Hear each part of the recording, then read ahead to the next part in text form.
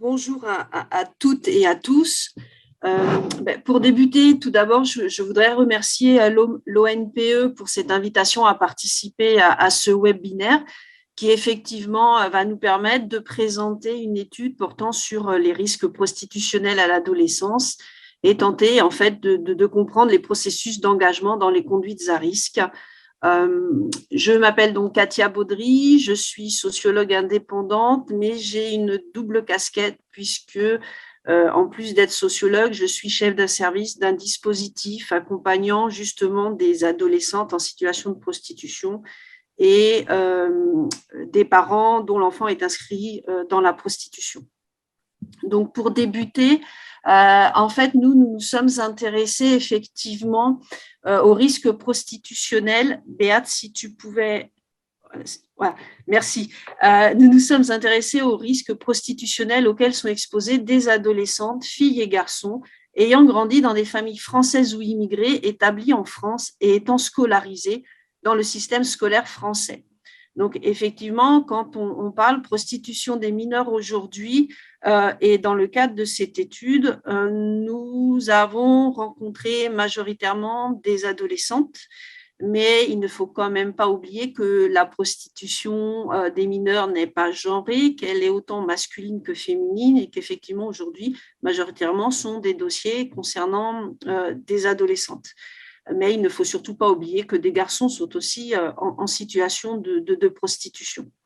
Ce risque prostitutionnel est protéiforme. Donc, il va autant de comportements pré-prostitutionnels à des formes prostitutionnelles plus classiques.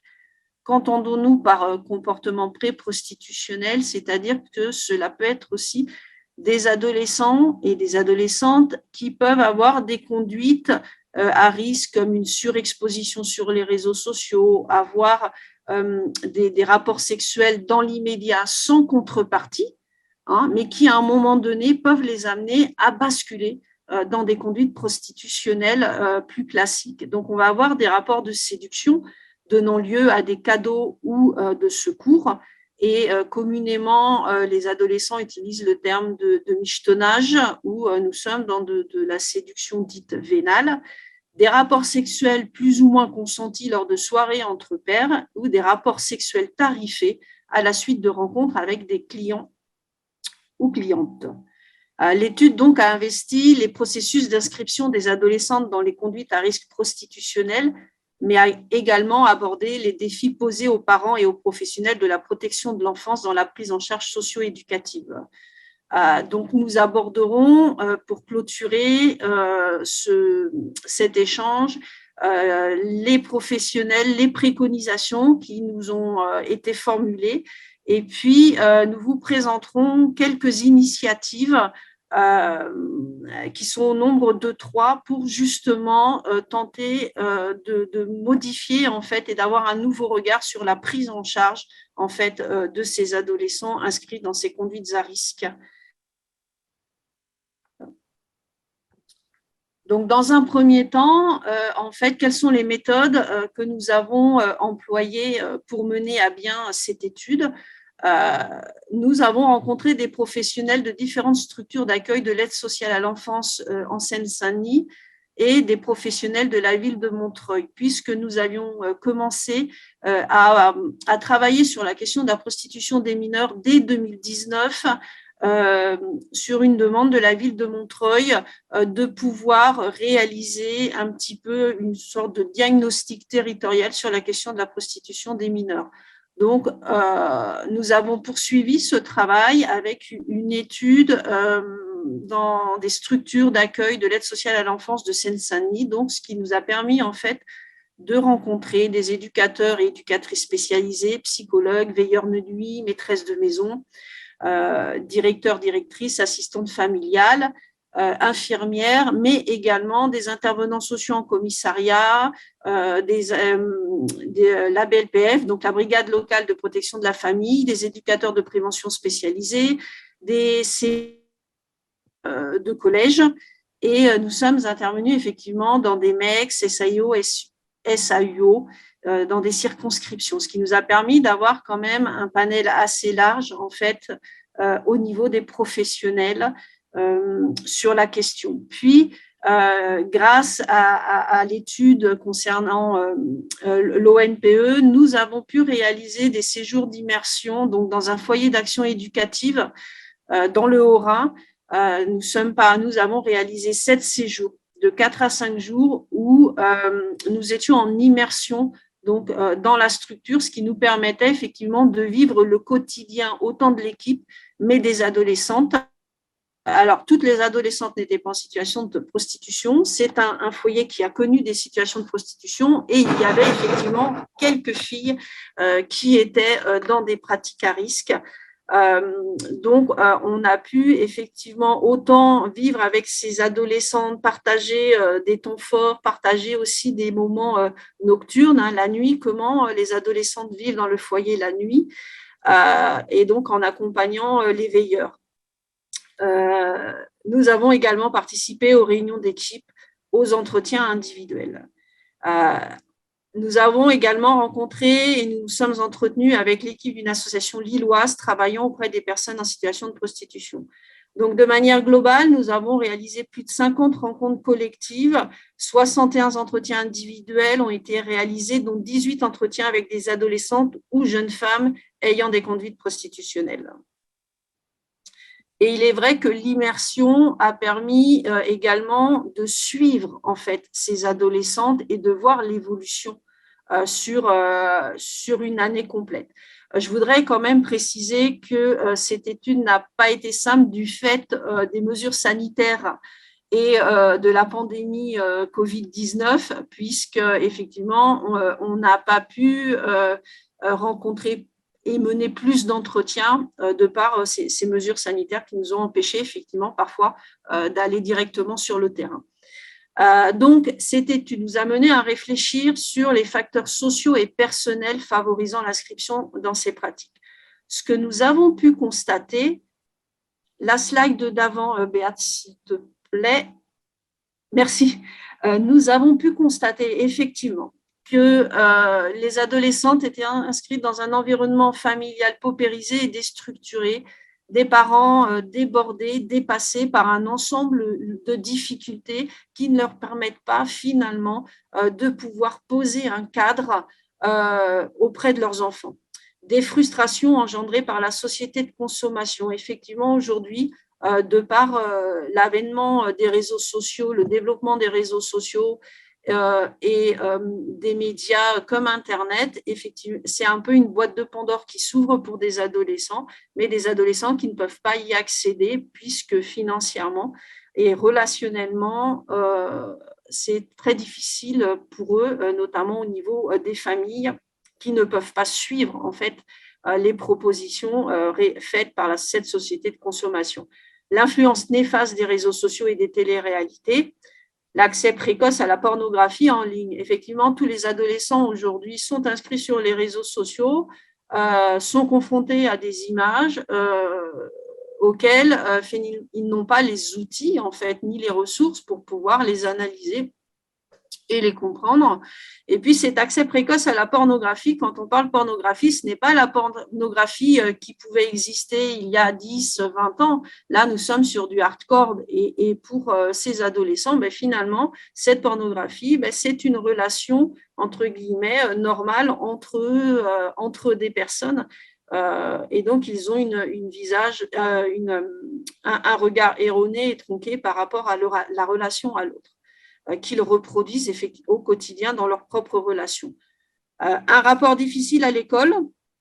On a rencontré majoritairement des adolescentes qui ont ce rapport difficile à l'école, parfois qui ont arrêté leur scolarité, qui sont donc déscolarisées et parfois déscolarisées très tôt. Des situations de violence intrafamiliale ayant engendré des traumatismes psychologiques. Mais je voudrais alerter sur le fait que, attention, aucun facteur n'agit seul. Ils interagissent sur un terreau favorable de dysfonctionnement familial, puisqu'on peut avoir des adolescents qui sont confrontés à ces situations et qui, pour autant, ne basculeront pas dans la prostitution. Donc, il faut faire très attention à l'analyse quand on a l'ensemble de ces facteurs. Donc, ensuite, effectivement, quels sont les parcours d'inscription dans ces conduites? Quelles sont les portes d'entrée à la prostitution? Ce que l'on a pu noter au regard des différents discours, que ce soit des adolescentes ou des professionnels, c'est tout d'abord l'entrée effectivement par les amis, par le loverboy, ce prétendu amoureux. Effectivement, on a utilisé ce terme de prétendu amoureux, malgré que dans le discours des adolescentes, laisse apparaître que c'est le petit copain, effectivement, qui va les entraîner dans ces conduites, et une surexposition sur les réseaux sociaux et sur Internet du fait entre les selfies, la mise en lien avec des inconnus, et puis cette recherche en fait de reconnaissance et d'existence et d'amour sur les réseaux sociaux. L'expérience traumatique de la première fois avec un client. Beaucoup d'adolescentes nous ont parlé de cette première fois avec un client, cette première fois avec un premier client qui va entraîner une dévalorisation de soi, qui va s'installer et qui va pousser à poursuivre. Et c'est vrai que là, le discours des adolescentes est très violent, puisque elles nous ont révélé que finalement, effectivement, c'est dur, mais on l'a fait. Donc, puisqu'on l'a fait, eh bien, nous allons continuer. Mais c'est un traumatisme, effectivement. C'est cette première fois qui reste ancrée chez elles. Et ce parcours d'entrée dans la prostitution est séquencé entre différentes formes et lieux, avec des temps de retour au foyer familial ou au foyer de l'ASE. C'est-à-dire que dans les différents discours, il est apparu que quand les adolescentes, pour certaines adolescentes, le parcours n'est pas linéaire, c'est-à-dire qu'on ne va pas rencontrer une forme de prostitution. On va avoir des adolescentes qui vont être séquestrées quelques jours ou plusieurs mois par un ou plusieurs proxénètes, qui vont vivre dans des appartements Airbnb entre copines ou seules avec leurs copains proxénètes, qui vont séjourner dans des maisons closes éphémères. Ce que nous entendons par maisons closes éphémères, c'est des proxénètes qui vont louer des maisons via la plateforme Airbnb sur des temps très courts. Et donc, c'est le client qui va se déplacer. On va retrouver ça effectivement dans des coins parfois isolés. Et on va louer ces maisons pour 3, 4 jours, une semaine. Et puis après, ils vont se déplacer. Donc, on a effectivement utilisé le terme de ce retour aux maisons closes éphémères. Et puis, elles vont circuler dans les hôtels de chaîne comme Formule 1, BNB. Et donc, ce sont autant de formes et de lieux qu'elles vont exploiter. Et parfois, entre ces différents passages, il va y avoir des temps morts, ou soit il va y avoir un retour au foyer familial, soit un retour au foyer de l'aide sociale à l'enfance. Et il est vrai que de ces différents passages, donc on a pu différencier des modes opératoires des proxénètes, mais avec un fil rouge. C'est-à-dire qu'il y a quand même un lien dans tous ces modes opératoires, c'est le repérage.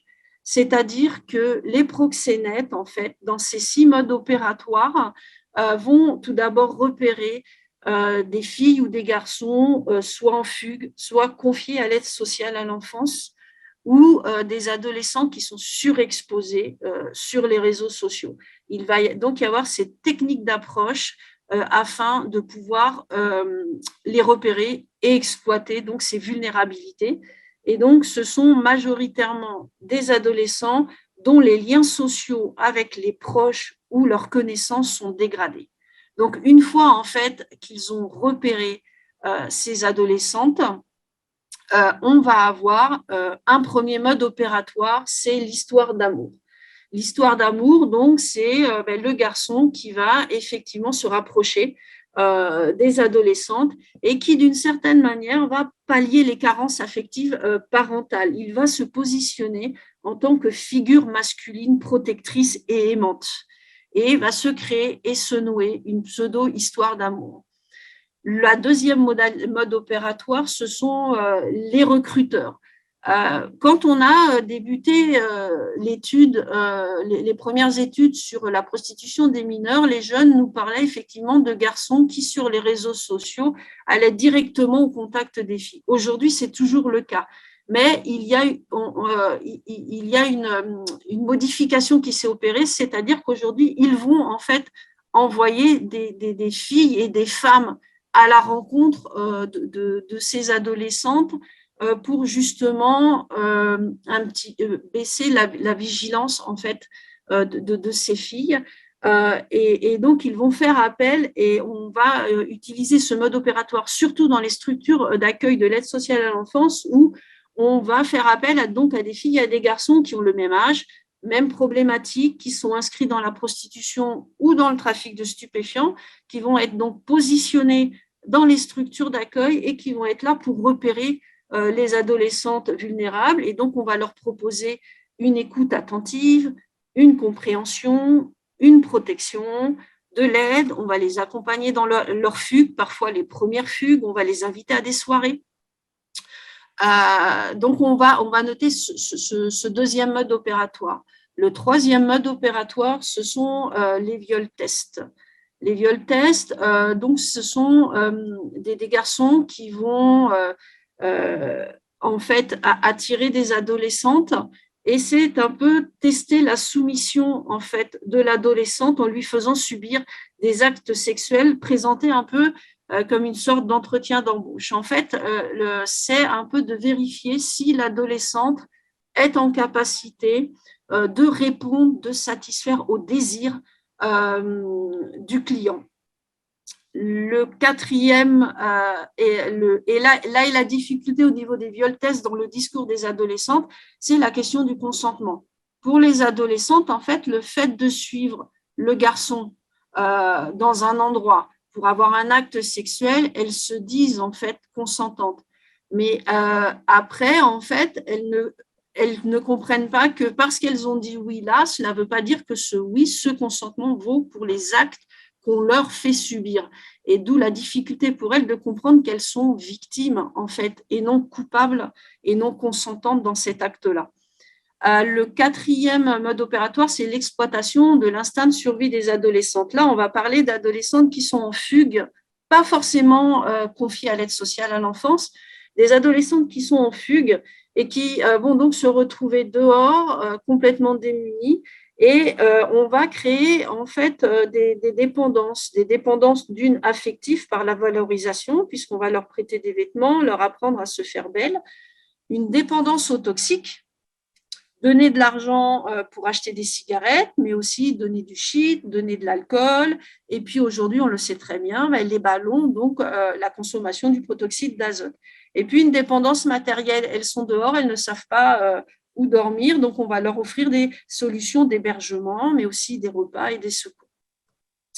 Il y a les sites en ligne ou les réseaux sociaux. Donc, quand on échange avec les adolescents, mais ce sont ces fameuses photos, donc les sites OnlyFans, Mime, mais également les comptes Ficha, où à partir de photos, on va exercer les proxénètes, déjà vont les repérer à travers les photos et vont exercer du harcèlement, et ou alors vont essayer de créer une relation amoureuse en entrant en contact avec cette adolescente.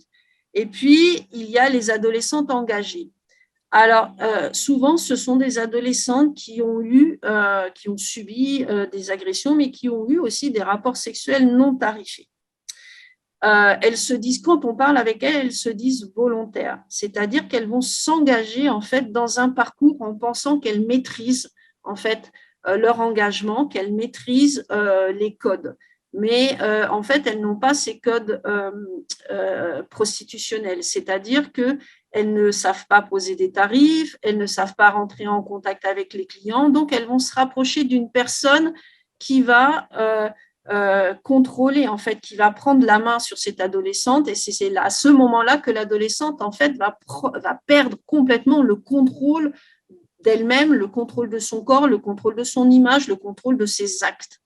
Là, elles ont énormément de mal à le comprendre. Donc, elles commencent au départ en se disant, je suis volontaire, pourquoi je ne me ferai pas payer finalement? J'ai des rapports sexuels avec quelqu'un, pourquoi je ne me ferai pas payer? Mais je ne sais pas comment faire. Donc, je vais m'engager dans un parcours et dans ce parcours-là, ils vont en perdre complètement la maîtrise. Je vais poursuivre pour vous parler un peu plus de l'univers prostitutionnel encore avec ses normes et ses relations. Donc, la première chose qui nous a intéressés dans cette analyse, c'est qu'en fait, c'est une forte ambiguïté du discours des adolescentes. C'est-à-dire que, notamment dans les phases où elles pensent encore pouvoir garder leur activité cachée, il y a un fort déni de la pratique. Et puis ce déni de la pratique s'accompagne d'utilisation d'euphémismes, c'est-à-dire que le mot prostitution n'est jamais prononcé, c'est-à-dire que ce qu'elles font n'a rien à voir avec la prostitution.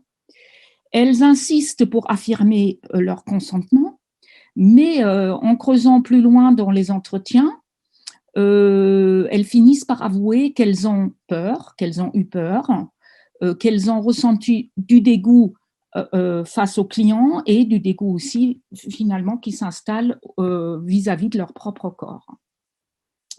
Le proxénète, il est vu de manière générale comme un protecteur, quelqu'un à qui on peut faire confiance, quelqu'un qui va être là tout le temps, mais toujours en allant plus loin dans les discussions avec elle, on se rend bien compte que il menace, il est prêt à exercer de la violence psychologique et physique, et elles en sont conscientes. Donc, tant qu'elles font comme il faut, elles sont protégées.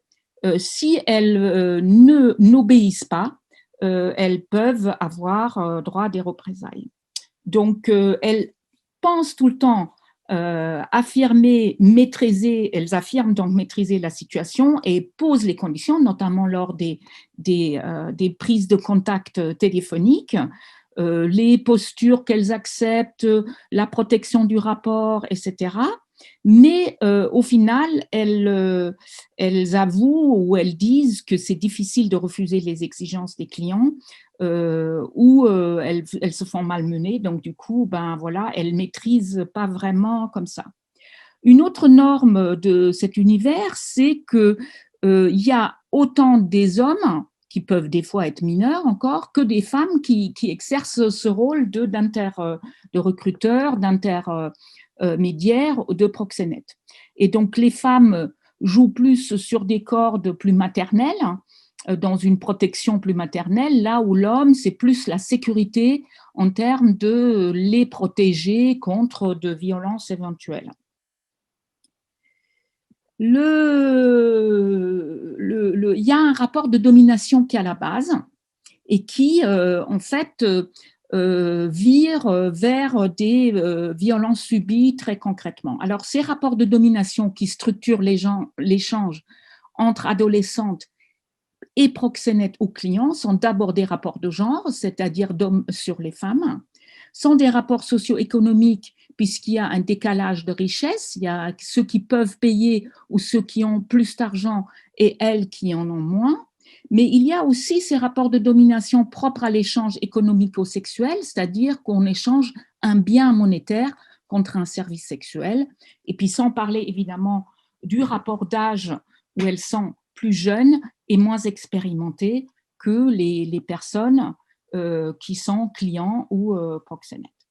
Et donc, les violences subies, ou la violence subie, elle est omniprésente. Elle est déjà présente en amont, c'est-à-dire parce qu'on a donc on est face à une jeunesse très vulnérable et donc qui a déjà souvent subi des violences en amont. Et donc, toutes les formes, toute la panoplie des violences sexistes et sexuelles est donc présente. Donc, le viol, Katia en a parlé, mais aussi l'inceste, généralement, des incestes qui ont eu lieu en amont, c'est-à-dire quand elles étaient encore dans le milieu familial. Alors, donc, cette violence mobilise des mécanismes qui sont courantes. Déjà, isoler l'adolescente de son environnement habituel pour que se ternit un rapport à la réalité, à la vie des autres. La dévalorisation, menacée pour entretenir une ambiance de peur, mais aussi du côté des proxénètes et des clients, c'est-à-dire assurer qu'eux ne sont pour rien, je veux dire, il n'y a rien, et puis tout le temps inverser cette culpabilité, c'est-à-dire faire porter la culpabilité sur les victimes. Donc, les soi-disant protecteurs manient donc dénigrement, menaces, voire violence physique. Et les clients aussi ont clairement un ascendant sur les filles, les adolescents, et peuvent se montrer violents. Donc, on a dans les témoignages des exemples où, en fait, elles ont tout le temps peur que les termes du contrat négocié ne soient pas acceptés. C'est-à-dire que les clients enlèvent les préservatifs alors qu'ils auraient dû les porter, baissent les tarifs ou ne payent pas, volent même des effets personnels, et sans parler de pratiques sexuelles déviantes qui heurtent les filles profondément, enfin des choses qui se développent, voilà, et donc de sadomaso à des pratiques avec l'urine ou des excréments, qu'elles subissent et qu'elles n'osent pas refuser, toujours la peur au ventre. Alors donc, je change de sujet pour quand même aller vous donner les autres pans de cette recherche. Donc, on s'est beaucoup interrogé aussi aux défis posés à la prise en charge éducative de ces adolescents. Donc, on a investi ces défis à la fois auprès des familles et auprès des structures d'accueil. Donc, alors, au niveau des familles, on a donc pu distinguer entre deux types de parents, on va dire. Les parents que nous appelons donc défaillants, qui sont à la limite toxiques, qui sont au courant des pratiques de leurs adolescentes, mais qui, en même temps, les exploitent. C'est-à-dire que vont aussi pouvoir se servir de leurs ados pour se procurer eux-mêmes des drogues pour entretenir leur dépendance, qui ferment les yeux, ou ceux des parents qui vont entretenir tellement le stigmate de la prostituée, c'est-à-dire vont rejeter les filles, les insulter pour ce qu'elles font. Bon, en même temps, on est dans des situations où les parents sont vraiment démunis face à ce qui arrive à leurs enfants. Donc, c'est vrai que l'accompagnement des parents nous a paru comme quelque chose de très important pour que les parents n'aggravent pas, en quelque sorte, l'inscription des adolescentes dans ces pratiques. Après, on a des parents qui ont plus de ressources pour réfléchir et accompagner cette détresse de leurs enfants, et qui essayent donc on les a appelés détectives parce que en fait elles mettent tout en œuvre par elles-mêmes. Je dis par elles-mêmes, c'est aussi les pères, hein, donc à retrouver donc par eux-mêmes, à retrouver leurs enfants dans des hôtels, à mobiliser les amis qui sont sur Snapchat encore en contact avec leurs filles pour avoir des signes de vie et pour pouvoir aller les chercher, qui mobilisent vraiment beaucoup de monde. Mais globalement, on peut dire que les parents ne comprennent pas bien les logiques institutionnelles et sont assez en colère. C'est-à-dire que, effectivement, les temps de prise en charge institutionnelle sont plutôt longs, là où les parents souhaiteraient que ça aille vite et qu'on retrouve vite leurs filles, on les met en protection. Mais bon, c'est un élément auquel on peut réfléchir ensemble. Il y a un décalage entre vraiment les temps institutionnels, le temps judiciaire notamment, et l'urgence par rapport à des jeunes qui sont séquestrés, etc. Alors, dans les foyers, Dans les foyers, on le sait, la plupart des adolescentes placées ne sont pas placées pour des faits de prostitution. Des fois même, cela n'apparaît pas dans le dossier. Donc, on est donc face à des professionnels qui, en fait, ne sont pas au courant ou ne comprennent pas ce qui se passe et qui ne sont pas avertis, qui découvrent au fil des événements un peu compliqués. Et donc, c'est un parcours à eux qui n'est pas toujours bien maîtrisé, qui est imposé par les jeunes.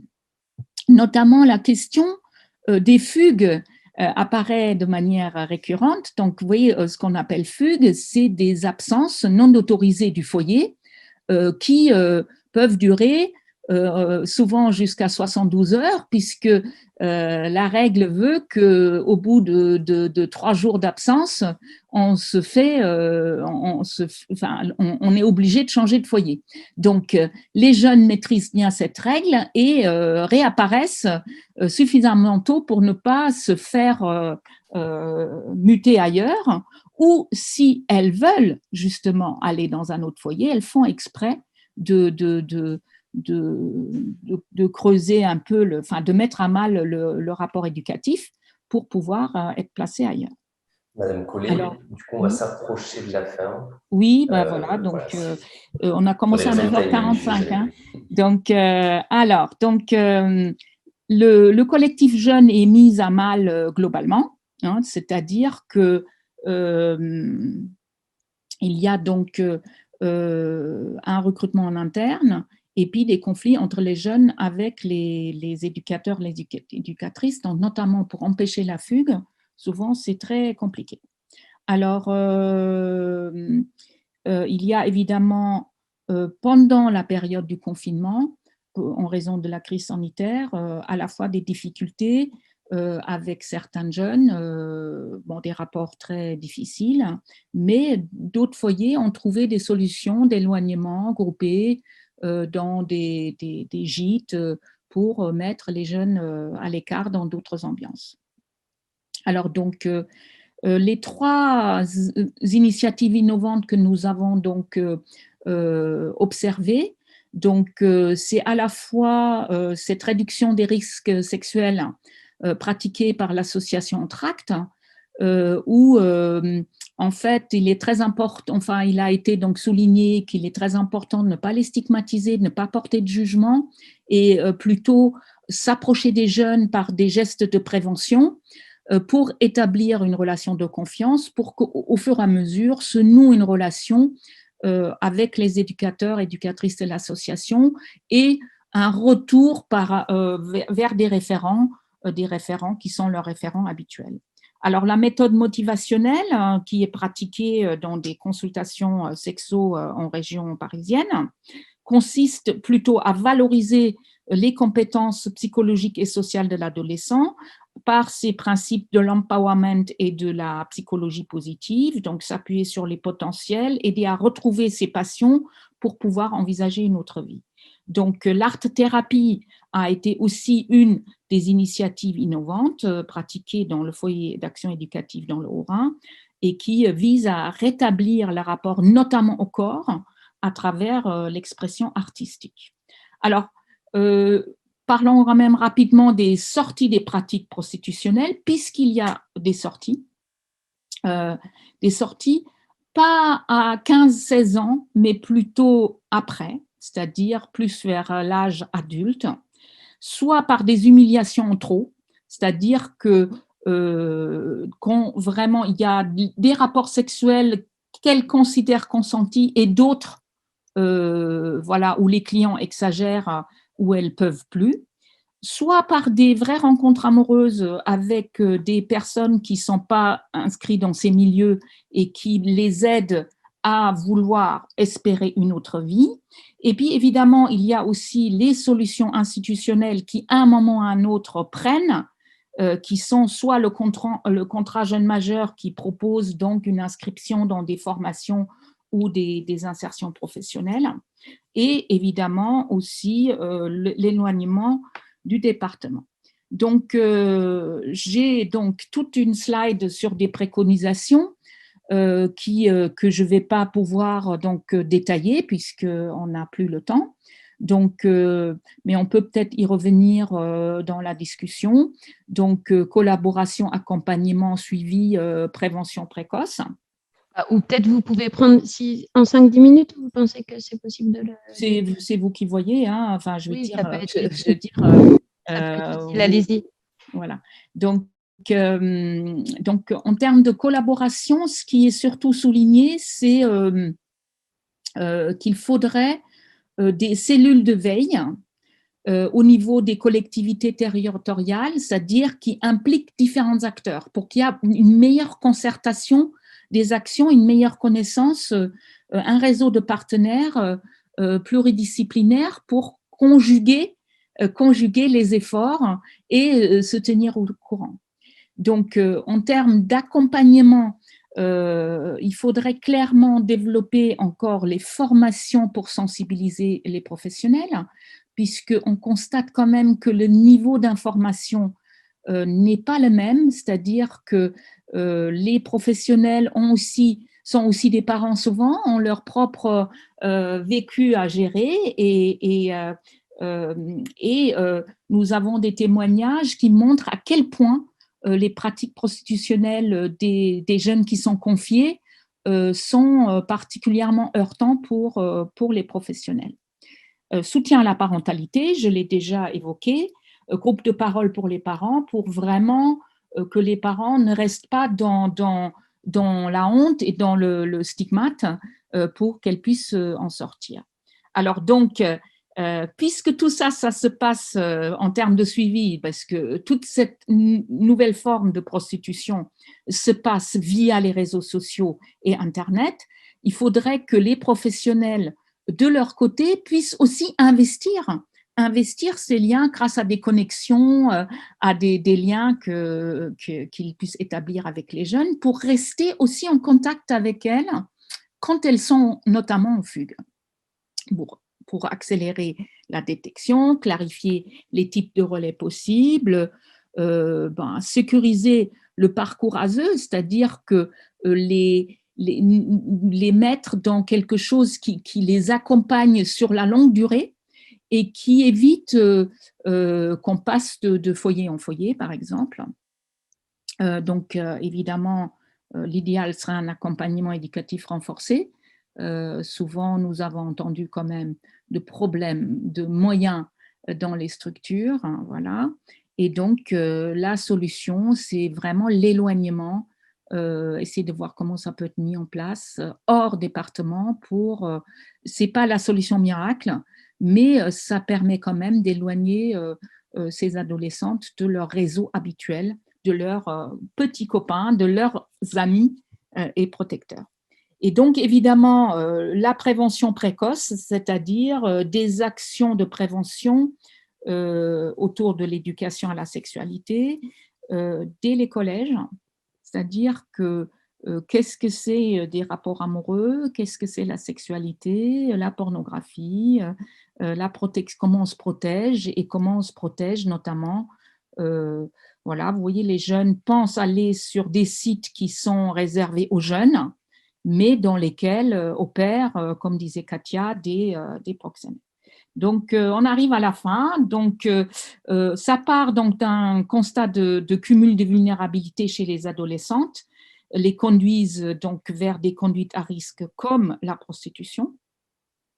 Pas pour toutes les jeunes, enfin, il n'y a pas de fatalité, mais souvent, il y a un concours de circonstances qui mène à ces conduites à risque. Il y a clairement une exploitation masculine de ces vulnérabilités. Hein. Donc, même les garçons qui se prostituent, que nous n'avons pas rencontrés dans cette enquête, mais qui existent, se font exploiter plutôt aussi par des hommes. Ça ne veut pas dire qu'il n'y a peut-être pas quelques clientes, mais ça reste largement minoritaire. Donc, les parents et les professionnels sont vraiment démunis. C'est un vrai défi. Et puis, ce phénomène est en expansion, comme Flore a pu le rappeler en introduction, puisque évidemment, tout ça, c'est lié aux réseaux sociaux, pour lesquels les jeunes générations sont beaucoup plus impliquées et plus habiles que nos générations. Et donc, on peut aussi craindre avec les nouveaux méthodes, la cinquième génération des réseaux sociaux, donc des vies parallèles qui se développent, des choses. Après, il y a des événements de grande envergure qui se profilent, qui sont aussi, comme par exemple les Jeux olympiques, qui sont aussi souvent accompagnés de pratiques illicites et cachées qui sont de l'ordre de la prostitution. Voilà, nous vous remercions pour votre intérêt et votre écoute, et donc nous vous invitons à lire notre rapport de recherche qui sera sous peu disponible sur le site de l'ONPE. Merci beaucoup. Merci beaucoup Béate Collet et Katia Baudry pour cette présentation qui était très riche, et donc j'espère qu'elle suscitera des réactions ou des questions dans l'espace consacré en bas de votre écran sur l'onglet Q&R. Alors sans plus attendre, je vais laisser la parole à Julie Bastide. Alors, vous avez une carrière dans la protection de l'enfance, vous avez été inspectrice de l'aide sociale à l'enfance, et vous êtes maintenant adjointe à la sous-directrice de la prévention et de la protection de l'enfance, ainsi que responsable du pôle parcours de l'enfant, tout ceci à la ville de Paris. Alors, nous vous avons sollicité car, au vu de votre parcours, de vos fonctions actuelles au sein d'un service départemental d'aide sociale à l'enfance, vous avez une connaissance du sujet qui nous rassemble aujourd'hui. Par ailleurs, l'ONPE avait identifié que vous aviez organisé à la ville de Paris une matinale sur la prostitution des mineurs à destination des professionnels et de vos partenaires. Donc, ce qui montre vraiment une dynamique autour de ce sujet sur votre territoire. Donc, je ne vais pas être plus longue et je vais vous laisser la parole, bien sûr, pour compléter. Donc, vous avez la parole. Votre micro, Madame Bastide, s'il vous plaît. Et là, c'est mieux peut-être. Allez, donc je redis bonjour. Déjà, vous remercier pour vraiment la richesse de cette recherche et vous dire, je vais oser dire malheureusement, mais malheureusement, on s'y retrouve complètement dans les constats, dans les observations, dans les préconisations et je vais revenir sur pourquoi et comment à Paris on peut se retrouver dans les éléments qui ont été présentés aujourd'hui.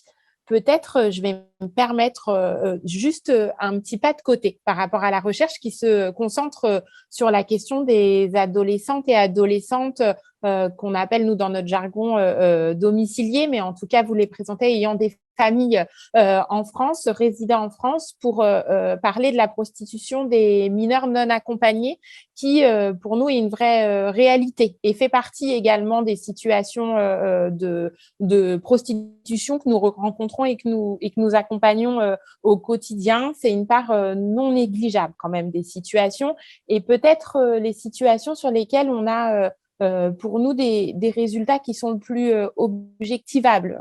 Donc, j'ai envie d'en parler un petit peu puisque le sujet est bien évidemment complexe. Donc, ces situations de mineurs non accompagnés qui, avec des conduites prostitutionnelles, c'est des situations où on a une exploitation sexuelle qui est pour nous un peu plus facile à qualifier avec du coup des outils dédiés à la question de l'exploitation sexuelle. J'ai pas dit que pour les autres il n'y avait pas d'exploitation sexuelle, mais c'est plus compliqué à qualifier tel que vous venez de le présenter. Donc, les outils qu'on a pu développer, c'est les maraudes associatives pour aller vers ces jeunes filles et leur proposer ensuite de pouvoir disposer d'une évaluation de la minorité et de l'isolement, de disposer d'un accompagnement dédié à ces jeunes filles qui sont exploitées sexuellement. Sur l'évaluation de la minorité et de l'isolement, c'est des choses qu'on a construit de façon assez pragmatique et là, je vais donner des exemples qui sont très simples, mais c'est tout simplement former les professionnels de l'évaluation à la question de la traite des êtres humains mineurs, à la question de repérer les réseaux, l'emprise comment les jeunes arrivent sur le dispositif d'évaluation à avoir des espaces d'attente dédiés. Et c'est quelque chose qu'on continue, nous, à travailler avec les partenaires associatifs pour pouvoir améliorer la prise en charge de ces jeunes filles. C'est plutôt des jeunes filles, mais on a également des jeunes garçons mineurs non accompagnés qui se livrent à la prostitution.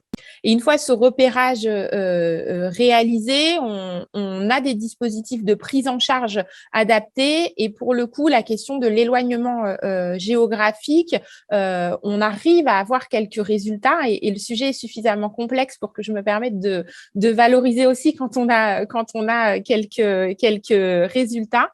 Alors, on a une convention avec le parquet, avec la MIPROF sur la question de la traite des êtres humains et des partenaires associatifs tels que Hors la rue, par exemple, qui travaillent depuis longtemps sur le sujet, qui nous permet de travailler la qualification de TEH et également la prise en charge, la mesure de protection et l'éloignement, donc la reconnaissance de victimes TEH et l'éloignement géographique. Et puis, ce qu'on a mis en place depuis, maintenant ça date du confinement, un peu avant le confinement, c'est que pour les jeunes filles qui sont évaluées et qui bénéficient pas d'une reconnaissance de la minorité et de l'isolement, donc qui bénéficient d'une notification de non-admission à l'aide sociale en France, mais pour lesquelles la vulnérabilité existe. Et dans les jeunes filles qui se présentent sur notre dispositif d'évaluation, énormément de jeunes filles ont un vécu et un parcours migratoire traumatique avec des sévices et vraiment des violences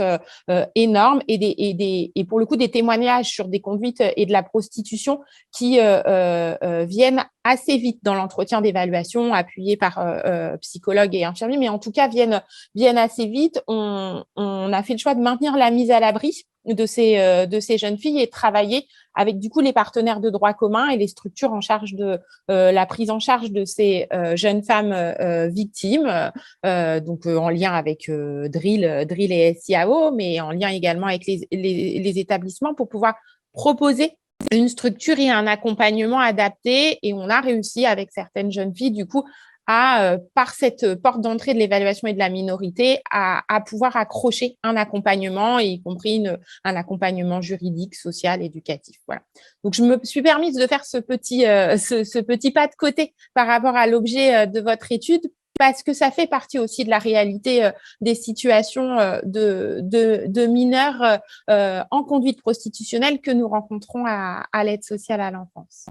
Pour revenir peut-être plus sur le sujet, je l'ai dit, on partage vraiment complètement et on s'inscrit dans. Alors déjà, merci pour la cohorte et le nombre et de professionnels rencontrés et le nombre de jeunes filles et jeunes garçons, donc adolescentes et adolescents rencontrés, parce que c'est jamais simple en période de crise sanitaire, encore moins. Et donc, merci d'avoir nourri vraiment cette recherche avec des éléments et verbatim et des éléments d'enquête assez précis sur la façon dont nous pouvons travailler, où nous sommes en difficulté pour travailler avec ce public. Peut-être un peu en vrac ce que ça a pu m'évoquer sur le caractère peut-être, alors ça va être mon côté de voir le verre plutôt à moitié plein qu'à moitié vide. On parle aujourd'hui de l'impuissance des professionnels et effectivement je crois qu'elle est réelle, et c'est quelque chose, quand on avait organisé la matinale sur la prostitution, les professionnels parisiens ont pu faire état de leur impuissance, faire état de ces difficultés que vous évoquez sur des lieux d'accueil d'urgence non adaptés, sur la question de cette question de comment on arrive à ce que l'adolescent entende cette question de victime. Mais en tout cas, sur l'impuissance, il y a encore quelques temps, on parlait de sidération et pas d'impuissance. Aujourd'hui, on a collectivement dépassé la question de la sidération pour parler d'impuissance. Donc, j'ai tendance à voir les choses de façon positive en disant on a déjà franchi une étape sur cette question de la sidération. À nous de trouver les leviers, et vous en citez un certain nombre.